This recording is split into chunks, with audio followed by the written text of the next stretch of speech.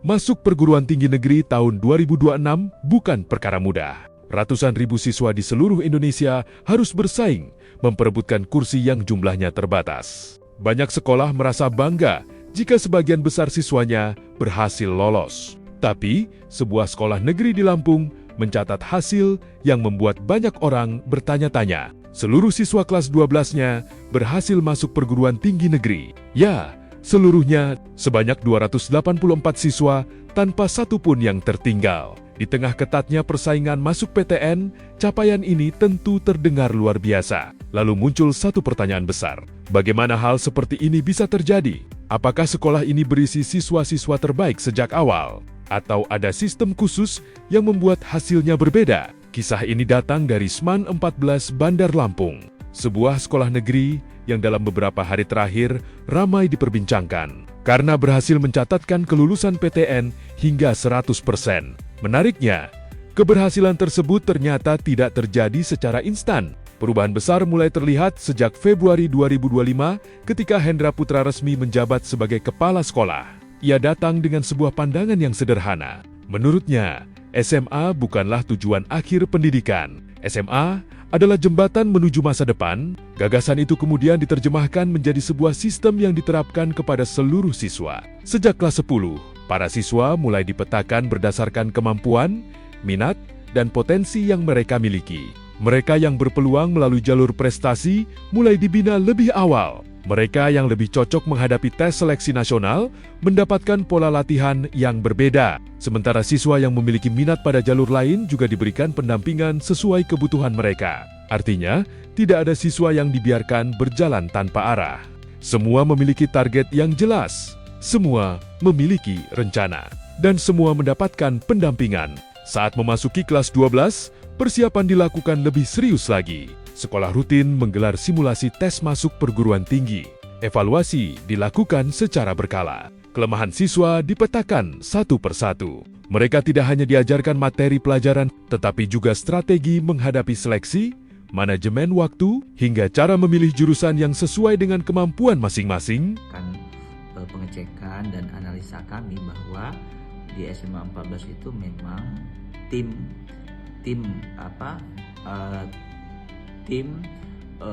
percepatan pembelajaran itu ada, kemudian tim komite pembelajaran juga ada, kemudian tim manajemen sekolahnya juga aktif, kemudian di sekolah itu juga ada practice testing ya, tes uji untuk menentukan hasil skor masing-masing siswa dari passing grade yang dipasang gitu, sehingga nanti dari hasil skor itu dianalisis sehingga nanti ketika mereka menentukan jurusan itu betul-betul realistis gitu loh. Jadi ada passing grade yang dipasang, kemudian ada practice testing sehingga punya skor masing-masing siswa.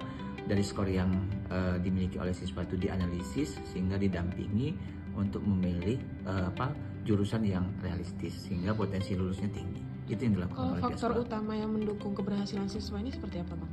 Jadi mereka tuh komitmennya kompak, sangat kompak, antara mapel satu dengan mapel yang lain tuh kompak. Kemudian ada hari belajar guru, kemudian mereka juga melakukan in-house training secara berkala. Fungsi BK-nya jalan untuk memetakan bakat minat siswa. Kemudian di sana tuh ada inovasi, kemudian ada reward dan apresiasi kepada masing-masing siswa. Nah, ini yang ditanamkan mereka kepada anak didik supaya punya disiplin yang tinggi.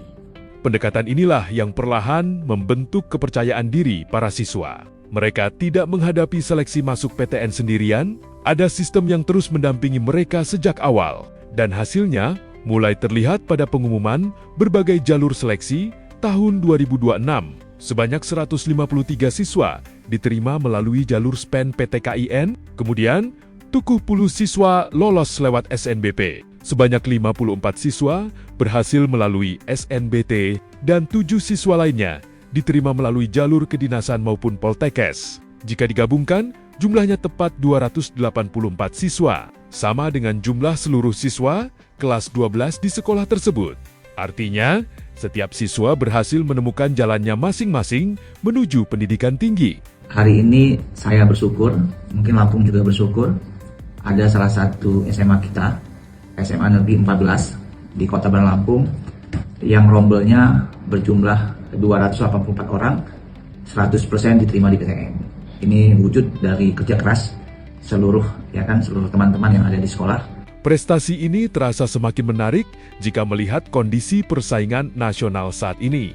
Masuk PTN masih menjadi impian banyak pelajar Indonesia. Bagi sebagian keluarga, keberhasilan diterima di perguruan tinggi negeri bukan hanya soal pendidikan. Di dalamnya, ada harapan orang tua, kerja keras selama bertahun-tahun, dan mimpi untuk meraih masa depan yang lebih baik. Karena itulah, capaian SMAN 14 Bandar Lampung menjadi sorotan. Bukan semata karena angka 100%-nya, tetapi karena kisah di balik angka tersebut, sebuah sekolah yang memilih fokus memastikan setiap siswa memiliki arah, bukan hanya mengejar segelintir siswa berprestasi.